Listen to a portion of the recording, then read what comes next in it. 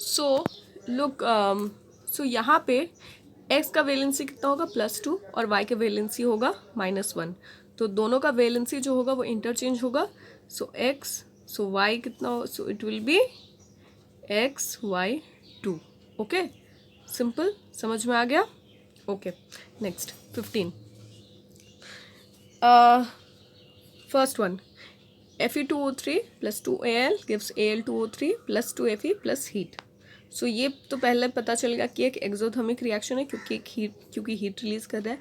Second चीज़ ये हो रहा है कि एल्युमिनियम जो है वो आयरन को डिस्प्लेस कर रहा है। ओके, सो आयरन को डिस्प्लेस करके ये क्या बना रहा है, Al2O3। सो ये क्या हो गया, डिस्प्लेसमेंट रिएक्शन। क्यों, क्योंकि एल्युमिनियम जो है वो आयरन से ज़्यादा रिएक्टिव है, रिएक्टिविटीज़ में आयरन से ऊपर आता है, इसीलिए एल्युमिनियम ने आयरन को आयरन ऑक्साइड से डिस्प्लेस कर दिया और क्या बनाया, aluminium oxide. Okay, second,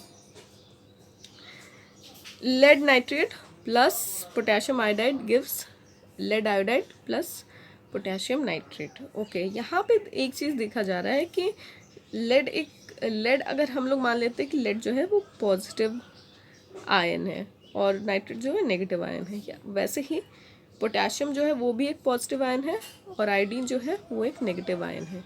okay, तो हम यहाँ पे नोटिस कर सकते हैं कि इन दोनों मॉलिक्यूल्स को जो पॉजिटिव और नेगेटिव आयन्स हैं वो लोग इंटरचेंज हुआ है। जैसे लेड जो है उसने बॉन्ड फॉर्म किया है आयोडीन के साथ और उसने बनाया लेड आयोडाइड।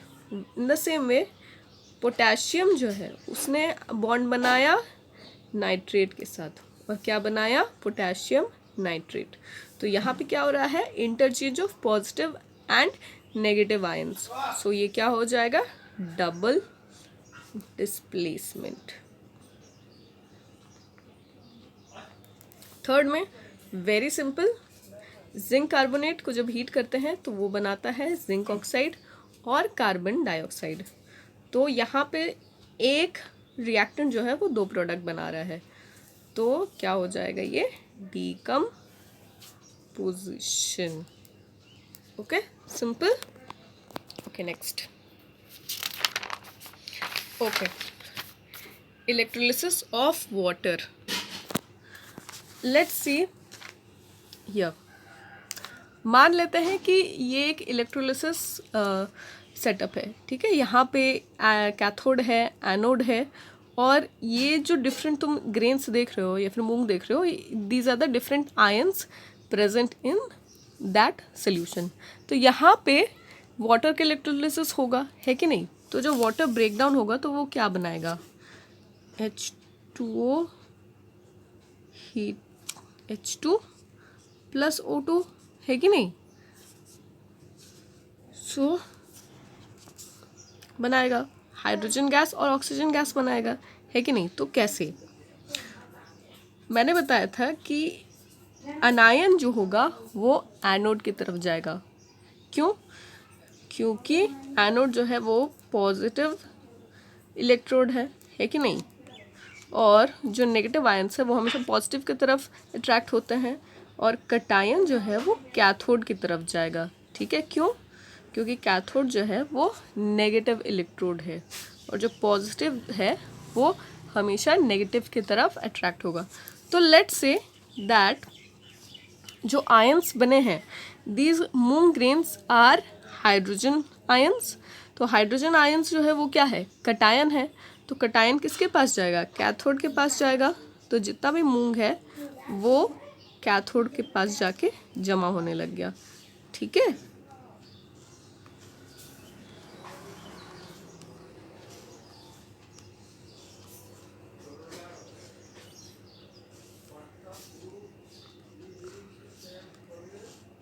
ओके, सो जितना भी कटायंस है वो कैथोड पे जाके जमा हो गया, है कि नहीं।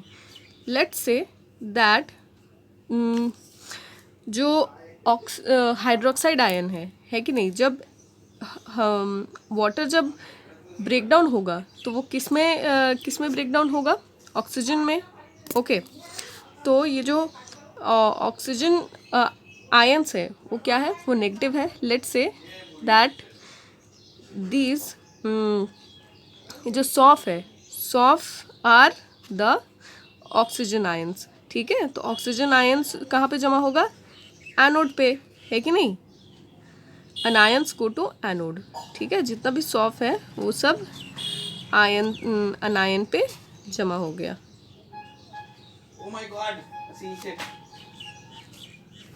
ओके, सो यहाँ पे जितने भी हाइड्रोजन आयंस है वो एक दूसरे के साथ ऐड होंगे और मिलके क्या बनाएंगे?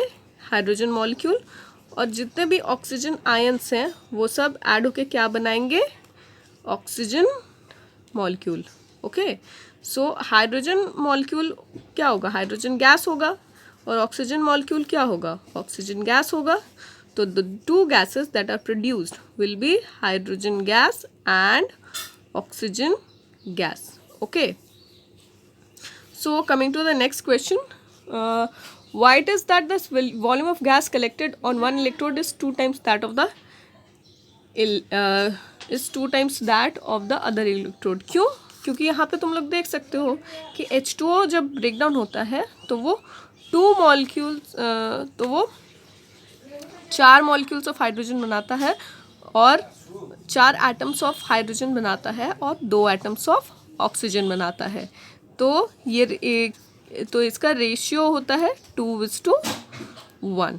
मतलब जब भी वाटर ब्रेक डाउन होगा तो हाइड्रोजन आयंस जो होंगे वो ऑक्सीजन से डबल अमाउंट पे प्रोड्यूस होंगे।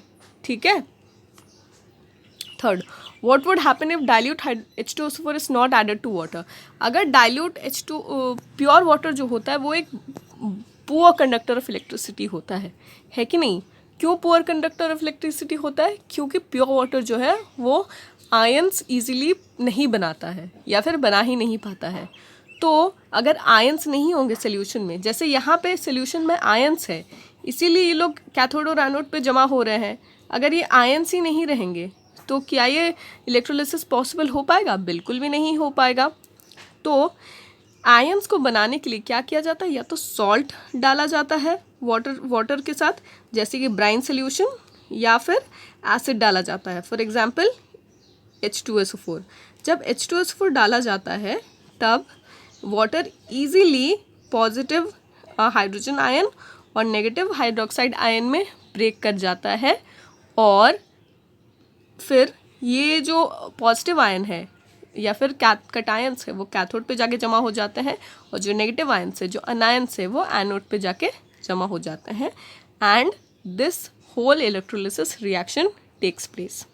Okay, next one, a chemical compound X use in the soap and glass industry, it is prepared from brine. तो ग्लास एंड सोप इंडस्ट्री में कौन सा सोडियम कंपाउंड यूज़ होता है? सोडियम कार्बोनेट या फिर washing soda. Right the chemical name, common name and chemical formula of X। तो chemical name हो गया तुम्हारा सोडियम कार्बोनेट डेकाहाइड्रेट। ठीक है, क्योंकि यहाँ पे 10 वाटर ऑफ क्रिस्टलाइजेशन मॉलिक्यूल्स है कि नहीं? कॉमन नेम हो गया तुम्हारा वॉशिंग सोडा और chemical formula is this. Equation involve, तो सिंपल इक्वेशन है। पहले तो सोडियम बाइकार्बोनेट को हीट करेंगे और तो हमें मिलेगा Na2CO3 प्लस H2O, है कि नहीं? उसके बाद ये जो सोडियम कार्बोनेट है इसको हम वाटर में डिज़ोल्व कर लेंगे या फिर अगर इसको मॉइस्चर मिल जाएगा तो ये क्या बनेगा? Na2CO3 डॉट 10H2O और sodium carbonate decahydrate. What happens when it is treated with water containing calcium और मैग्नीशियम सॉल्ट? जब सोडियम कार्बोनेट या फिर वॉशिंग सोडा कैल्शियम और मैग्नीशियम सॉल्ट के साथ रिएक्ट करता है तो वो इनसोल्यूबल प्रेसिपिटेट बनाता है कैल्शियम और मैग्नीशियम सॉल्ट्स का। और ये जो प्रोसेस होगा या फिर ये जो रिएक्शन होगा इससे वाटर का परमानेंट हार्डनेस चला जाता है। ओके, सो क्या होगा? सबसे पहले तो these salts will become insoluble precipitates and then can be removed from the water, and second, it removes the permanent hardness of water.